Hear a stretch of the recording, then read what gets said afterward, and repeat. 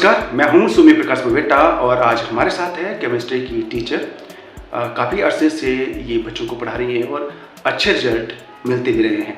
स्वागत है मैम आपका। नमस्कार। अच्छा, मुझे ये बताओ कि आजकल एग्ज़ाम का दौर चल रहा है जी।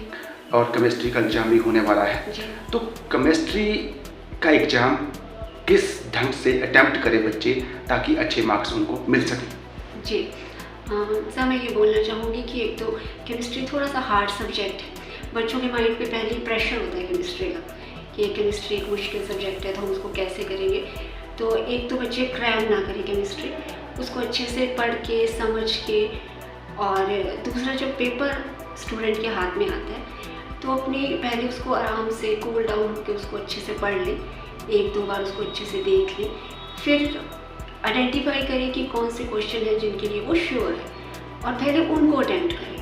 क्योंकि कई बार ऐसा होता है कि बच्चा कोई डिफ़िकल्ट क्वेश्चन चूज़ कर लेता है और वो फिर उसी में इतना परेशान हो जाता है कि जो उसको क्वेश्चन आते हैं वो भी कई बार उससे छूट जाते हैं। तो सबसे पहले वो क्वेश्चन अटेम्प्ट करें जिसके लिए वो पूरी तरह से श्योर है कि उसे अच्छे से आते हैं। ऐसा करने से एक तो टीचर पे इम्प्रेशन भी अच्छा पड़ता है, जो पेपर चेक करेगा उस पर भी एक इम्प्रेशन अच्छा पड़ता है कि बच्चा है, अच्छा स्टूडेंट है।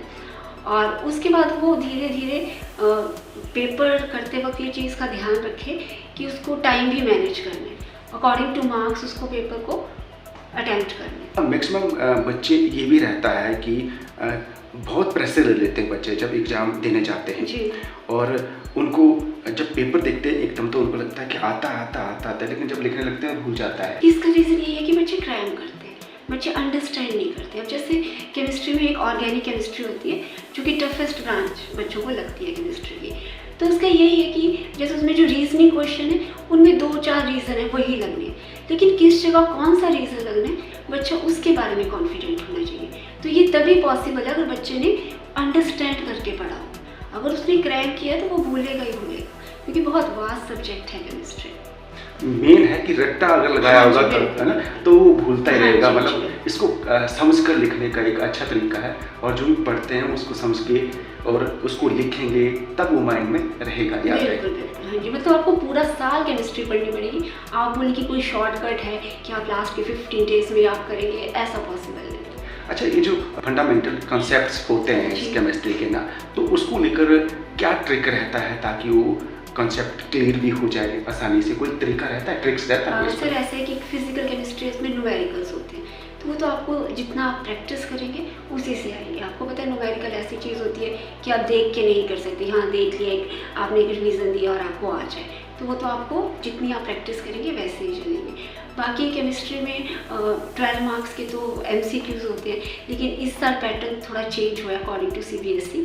तो आपको असर्शन, रीजनिंग और दूसरा केस स्टडी के क्वेश्चन भी आएंगे।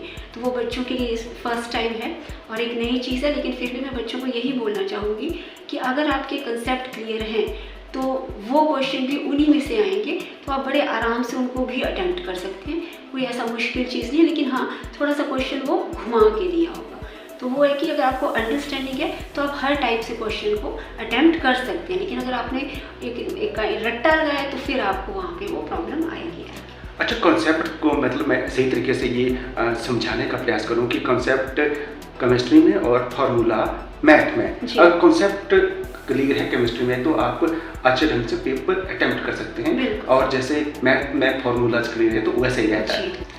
केमिस्ट्री का कौन से ऐसे यूनिट्स हैं जहाँ पर ज़्यादा मार्क्स के क्वेश्चन पूछे जाते हैं? थोड़ा सा वैसे तो मुझे लगता है कि ओवरऑल क्वेश्चन पूछे जाते हैं, लेकिन फिर भी रहता है कि आपके हिसाब से केमिस्ट्री में जो मतलब स्कोरिंग चैप्टर्स हैं वो जैसे बायोमोलिक्यूल्स, जो कि बायो स्टूडेंट्स को करना बहुत ही आसान रहता है। D&F ब्लॉक एलिमेंट्स हैं, उनसे भी मार्क्स लेना आसान है बच्चों के लिए। फिर केमिकल काइनेटिक्स और सॉल्यूशन, वो भी आसान काम है। मतलब मैं बच्चों को बोलती हूँ कि 4-5 चैप्टर्स भी अगर आप अच्छे से कर लेंगे तो ठीक है, चल पड़ेगा काम केमिस्ट्री में। बट जो मार्क्स की बात है तो ऑर्गेनिक केमिस्ट्री के 4 चैप्टर्स हैं, और जो केस स्टडी ऐड हुई है वो भी ऑर्गेनिक के ही हेलो एल्केन हेलो एरीज में से ऐड हुई है। तो वो क्वेश्चन जो केस स्टडी का है वो 4 मार्क्स का है, बट होंगे उसके भी पार्ट्स, लेकिन है वो 4 मार्क्स का। तो वो बच्चों के लिए नई चीज़ भी है और वैसे भी वो ऑर्गेनिक में से है, तो ऑर्गेनिक ज़्यादा मार्क्स की आती है। और एक इलेक्ट्रोकेमिस्ट्री है वो भी, लेकिन ये टफ चैप्टर है, तो मैंने जो शुरू में चैप्टर्स आपको 4-5 बताए उनमें मार्क्स लेना आसान है, तो उनको इतने अच्छे से प्रिपेयर करनी चाहिए कि कोई गुंजाइश न रहे मार्क्स करने की। क्योंकि आप टीचिंग लाइन में हैं, तो एज ए स्टूडेंट अगर आपको पेपर देना होता तो किस तरह से आप अटेम्प्ट कर पाती, थोड़ा सा ये भी थोड़ा सा जानकारी मिल जाए। सर मैं तो 1 मार्क क्वेश्चन एंड के लिए छोड़ती, और जो मतलब 30th क्वेश्चन स्टार्ट होगा 2 मार्क्स से, मैं वहाँ से पेपर करना स्टार्ट करती, और इन केस 30th क्वेश्चन में भी अगर मुझे थोड़ा डाउट लगता तो मैं 40th पहले कर लेती, 30th बाद में करती ऐसे। बट ये है कि हर क्वेश्चन का जो पार्ट है वो एक साथ होना चाहिए, वो नहीं कि आप 30th क्वेश्चन का एक पार्ट यहाँ कर रहे हैं एक आगे कर रहे हैं, ऐसा नहीं होना चाहिए, पार्ट्स इकट्ठे होने चाहिए। और बाकी फिर वो धीरे धीरे वो वैसे ही जब 3 मार्क्स के स्टार्ट होंगे तो उसमें भी वैसे ही पार्ट्स होंगे, क्वेश्चन 2 मार्क्स का, एक मार्क्स का, ऐसे ऐसे चलता रहेगा काम सारा। अच्छा, सीटें मैक्सिमम स्टूडेंट ये भी रहता है कि जितनी ज़्यादा सीटें भरेंगे अच्छे मार्क्स आएंगे, तो इसको लेकर क्या रहता है? नहीं सर, शीट्स भरना तो कोई मैटर नहीं करता, क्योंकि देखो ना चर्चा रहती है ना, उनको लगता है 1 नंबर के क्वेश्चन में हमें बस वो एक ही पॉइंट चाहिए जो आंसर है, टू दी पॉइंट आंसर चाहिए। आप बोलेंगे कि आप 2 नंबर का या 1 नंबर के क्वेश्चन में आप आधा पेज लिख देंगे तो वो तो मतलब ही नहीं बनता, क्योंकि वो फिर कुछ रेलिवेंट होगा ही नहीं। आंसर तो वही है 1, 1.5, 2 लाइन का, बस बात वहीं ख़त्म हो जाती है। तो शीट भरने से कोई फ़र्क नहीं पड़ता है, आंसर आपका 2-4 लाइन में ही ख़त्म हो जाता है। अच्छा, केमिस्ट्री को लेकर हुआ है जैसे उनको लगता है कि ये बहुत टफ सब्जेक्ट है, जैसा कि आपने शुरुआत में भी कहा है, कोई आसान तरीका नहीं, जो ट्रिक्स नहीं है ताकि केमिस्ट्री को आसान बनाया जा सके थोड़ा सा?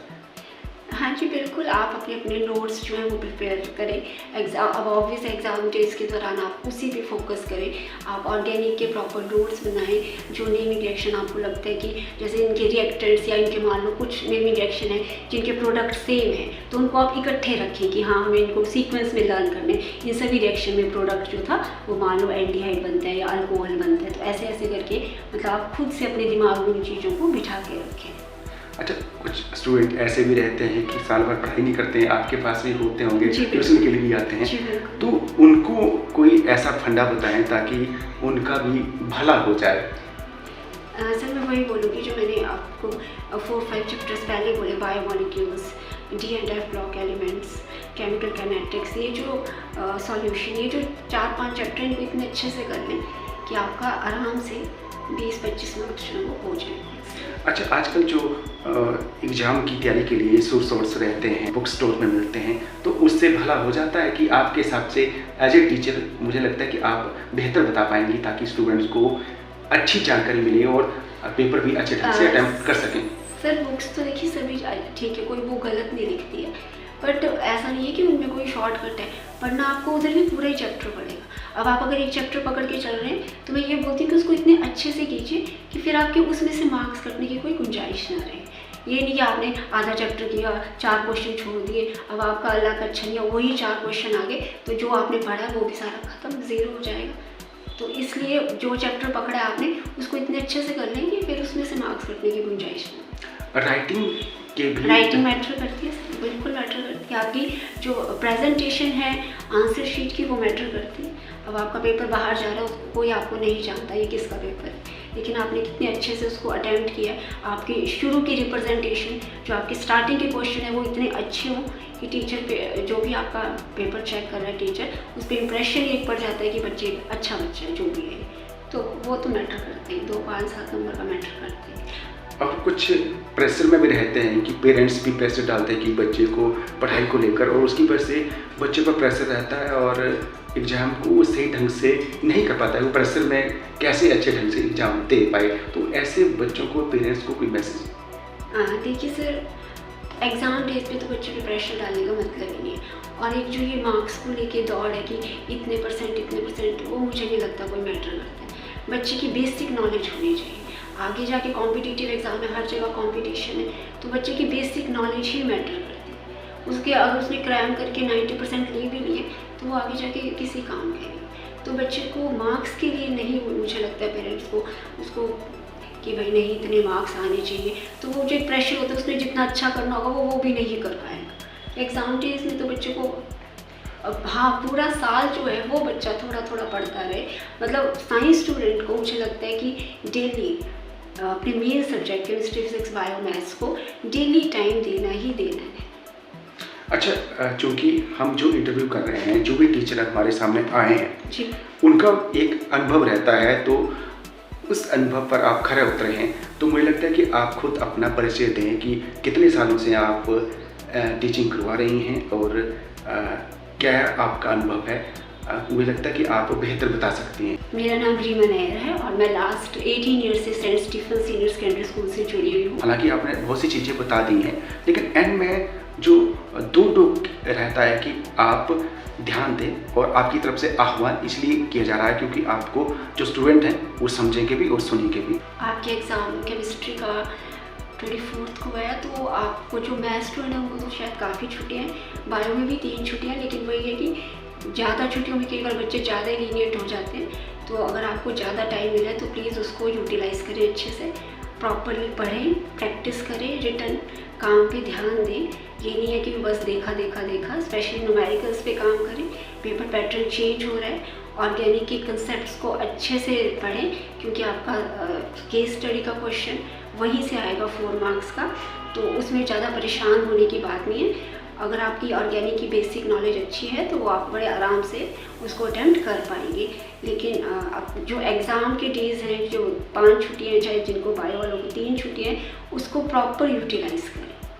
बहुत बहुत धन्यवाद। तो ये थी केमिस्ट्री की टीचर, बेस्ट टीचर हैं चंपाचीली में, और जो इन्होंने कहा है उन पर अमल करना चाहिए स्टूडेंट को, क्योंकि इनका बहुत अच्छा एक्सपीरियंस है, और एक्सपीरियंस भी ऐसा है कि जो स्टूडेंट इनके पास पढ़े हैं वो अच्छे ओहदे पर पहुंच रहे हैं और अच्छा वो प्रोफेशनली तौर पर काम भी कर रहे हैं। बहुत बहुत धन्यवाद।